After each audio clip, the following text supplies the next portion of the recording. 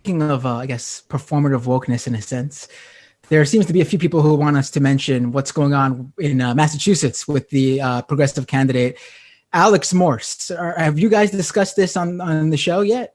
Not yet. I was kind of avoiding it, but I did get in a Twitter fight with Glenn Greenwald about it last night, so maybe I'm ready. I think we are now in a position where we need to discuss what's going on based on recently uncovered news. So for people who aren't familiar, Alex Morse is a mayor of, I believe, is it Holyoke, Massachusetts? Mm-hmm. And he's been a mayor since he's 21 years old. He's now 30. And he's running to primary, who's he primarying again? Rep. Neal? Neal, yeah. Richie Neal. Big bad corporate Democrat.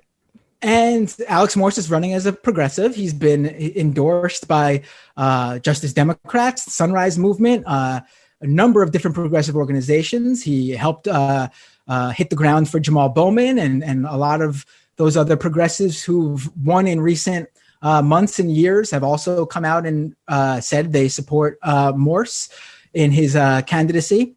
Well, recently there was a letter released by, was it the UMass Amherst College Democrat Group? Yeah. Yes. Organization. They released a letter basically saying that Alex Morse has been inappropriate and was engaging in inappropriate relationships with students at the college, and they were banning him from events. Well, the thing that they said that he did was not actually sexual. I mean, I don't think it's sexual. The thing they said he did was he would attend their events, he would meet students there, and then he would slide into their DMs, not saying anything horny or creepy, but in a way that their generation understands to be, somewhat intimate, shall we say. Well, where is he sliding into their DMs? Because also the platform tells you a lot. On Instagram, and he matched with some of them on Tinder or Grindr or whatever. Well, that was what they alleged. Right. So this letter gets published by the school newspaper, and then obviously Politico and other news outlets start covering it, and groups that had previously endorsed Morse had stepped back, and some had unendorsed. Some had said that they weren't unendorsing, but were pausing any sort of financial help to his campaign. There were various different reactions in terms of what was going on. And people on the left who supported Morse, who weren't part of these groups, did come out. He had his defenders who come out and said that, there are no actual allegations, though. This is just a letter stating that he third-handedly tried to do these things without any actual quotes or allegations from someone who had this experience with Morse. Well, no, he also did admit to having sexual relations with undergrads at the college where he taught. Well, not again, his students, but, students. Right. But again, there's no allegations from these students saying he did anything inappropriate or that they were taken advantage of or that they had any problem with what they had done with Alex Morse. And per the rules, he did not have authority over these students. They weren't his students. Yes, they weren't his students. And again, to have, whether you think that was appropriate or not, that's up to that's your opinion, really. I don't think you could argue that rises to the level of you must, step down, end your campaign, do anything like that. I don't think it even rises to the level of your campaign being, dead, even if you don't officially end it. Yeah. But those were the allegations. Again, allegations from third-party individuals who did not find anyone to quote in terms of having gone through this with Morse. And then... Yeah, no survivors or victims, despite that language being used by certain groups about this story. They had used that language, right. I forgot about that. You're right.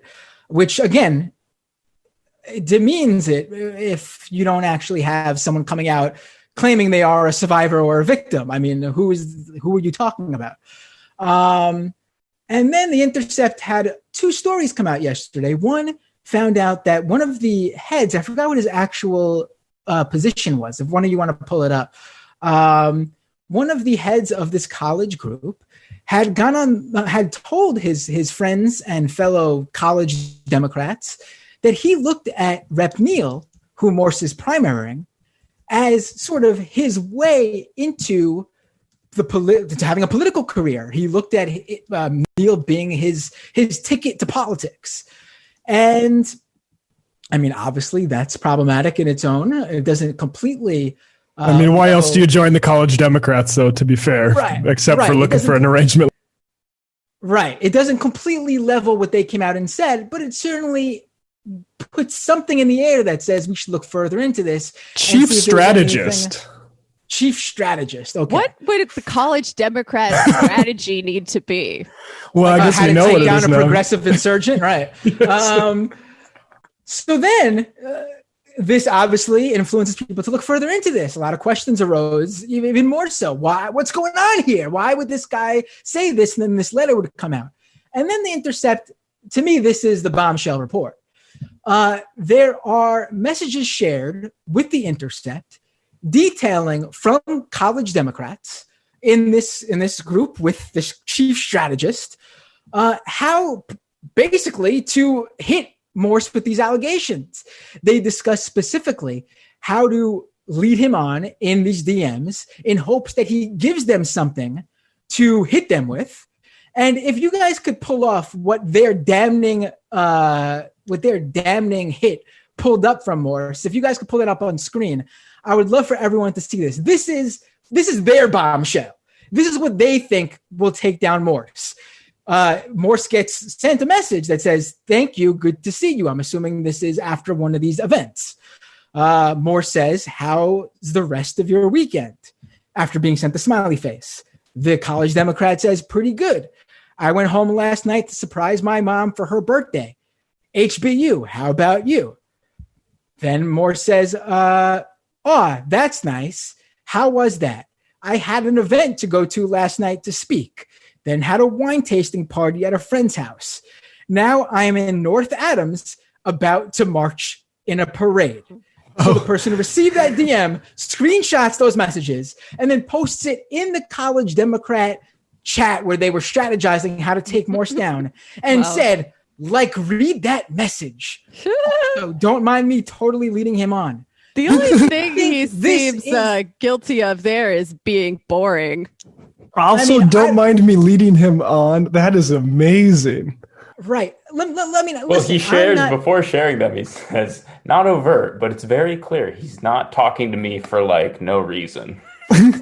Right. I mean, I'm not well versed in what the kids are saying today for different relationship and sexual slangs or whatever. And I'm not in the sort of realm where I'm dating. I've been off the market for quite a while. But I don't know what I am about to march in a parade could possibly mean. If any Zoomer who watches this show would like to let me know that this secretly means that he wants to have sexual relations with someone, please inform me of this, because I don't see how this is the gotcha for them.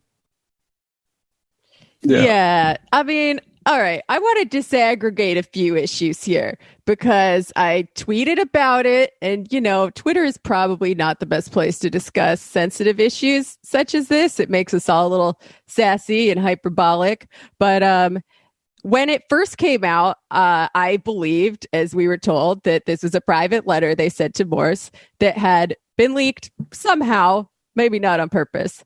And now we have different people have different standards, different practices for believing accusations of boundary violations or whatever. Some people think that it's best to believe that the accused person is innocent until proven guilty. Some people think it's better to believe the accuser unless we have some reason not to.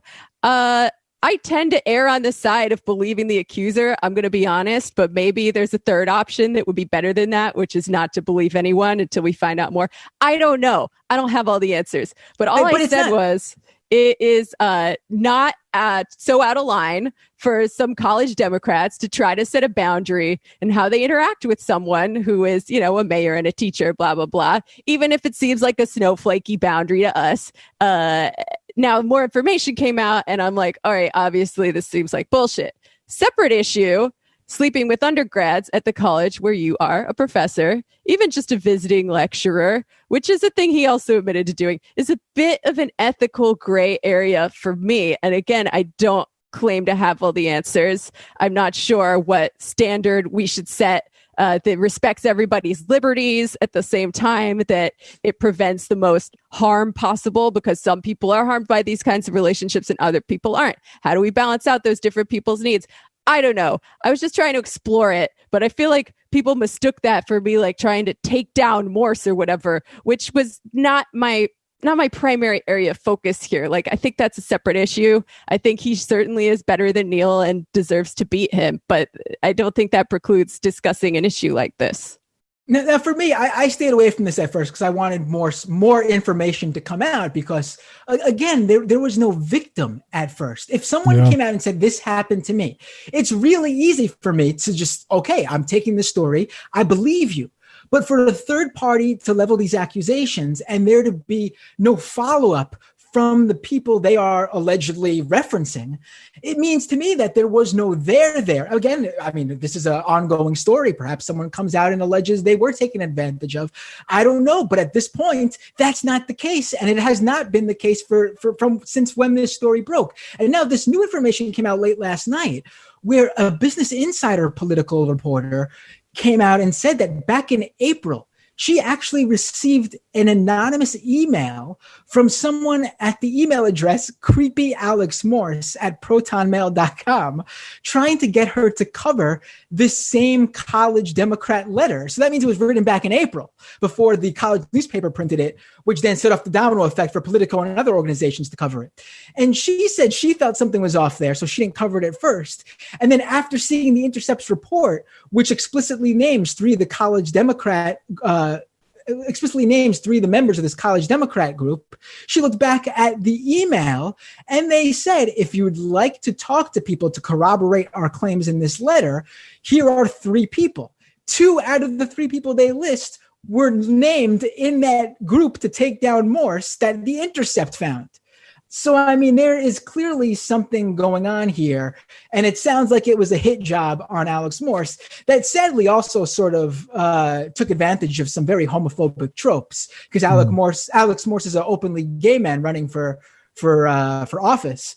And we could have that discussion like Jamie had, and I think that's a completely legit discussion for your personal beliefs to say that shouldn't be going on. I tend to actually, when it comes to teacher and student dynamic, I sort of agree with you for the most part, Jamie. But again, we're seeing a lot of younger people in the profession, I think. And, you know, to say that two consenting adults, someone who's 20, 21 years old, can't date someone who Alex Morse was 30 when he was teaching. I mean, that's less than a 10-year difference. I mean, I personally wouldn't date someone in that position. I don't think, right. but I think like the important thing to stress is that one, it's not against the company's rules or the college's rules, and so I think it becomes a secondary issue at that point.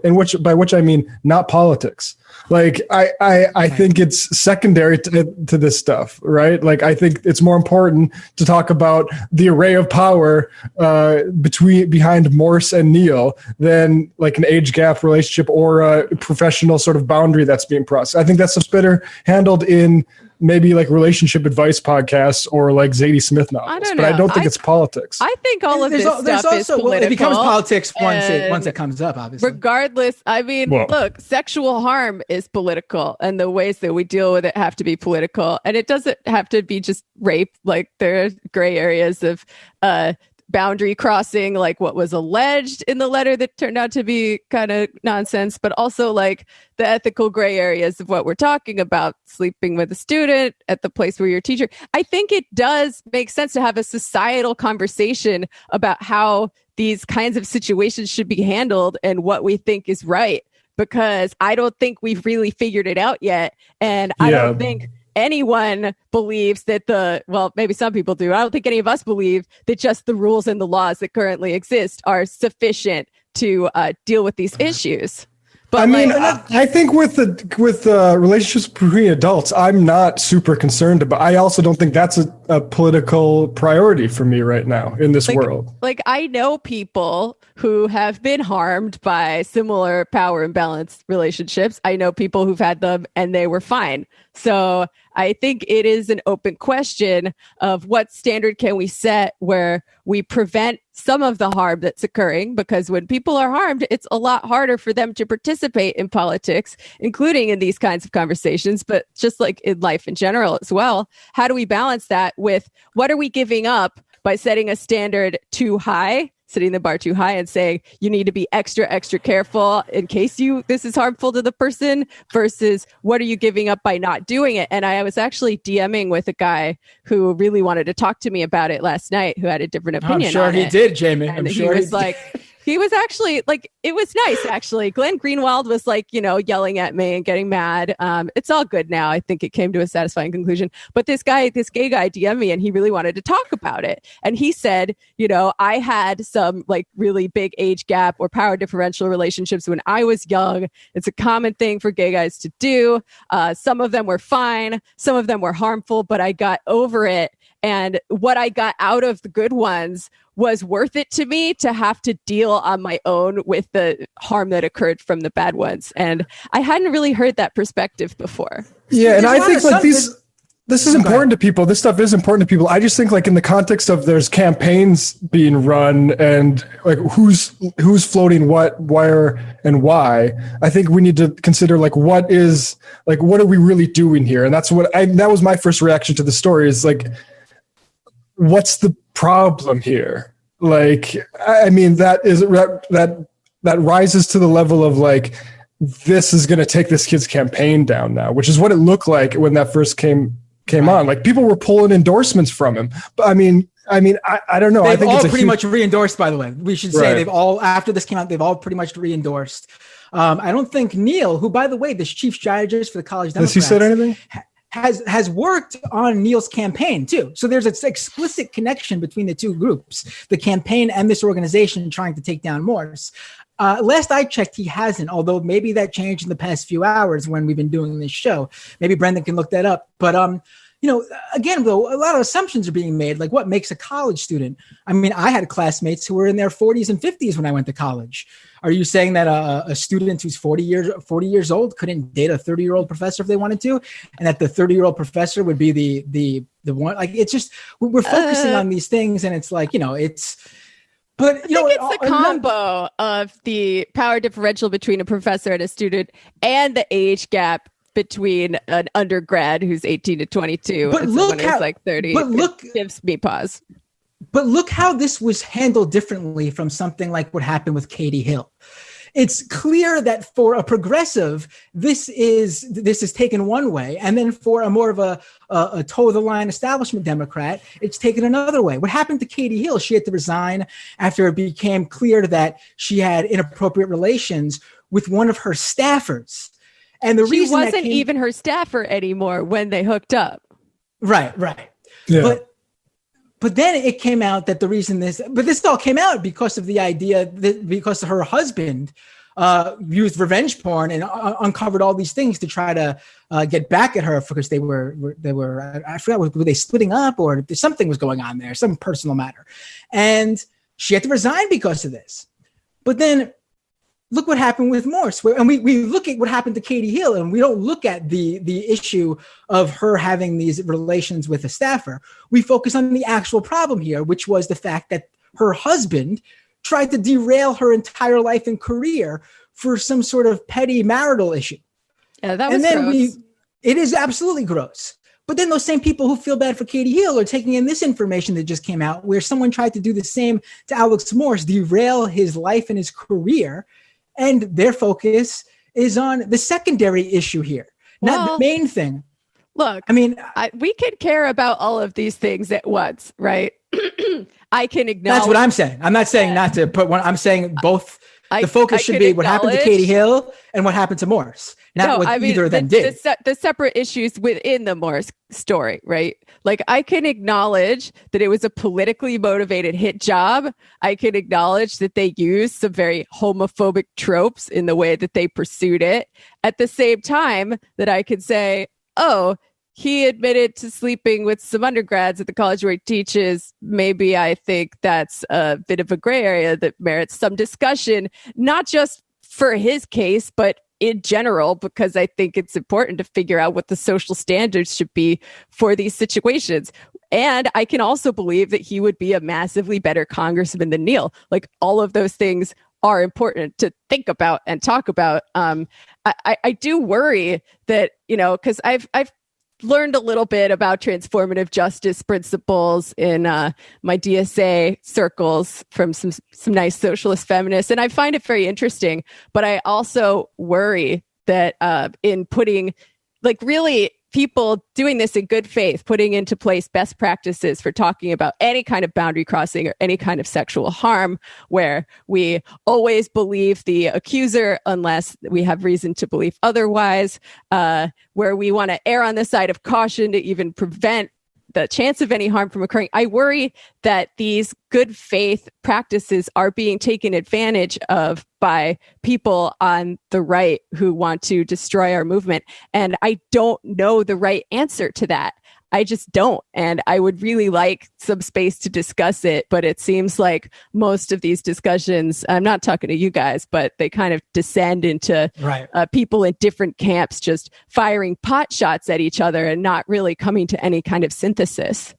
Right. Let's move on. But I want to clarify that when you say right, you mean it gets weaponized by anyone right of the left, because that includes establishment Dems who are really taking the sort of the social justice and woke language to try to attack the left now. Yeah, those people are not on the left. Yes. All right, let's move on. Do you want to take another call?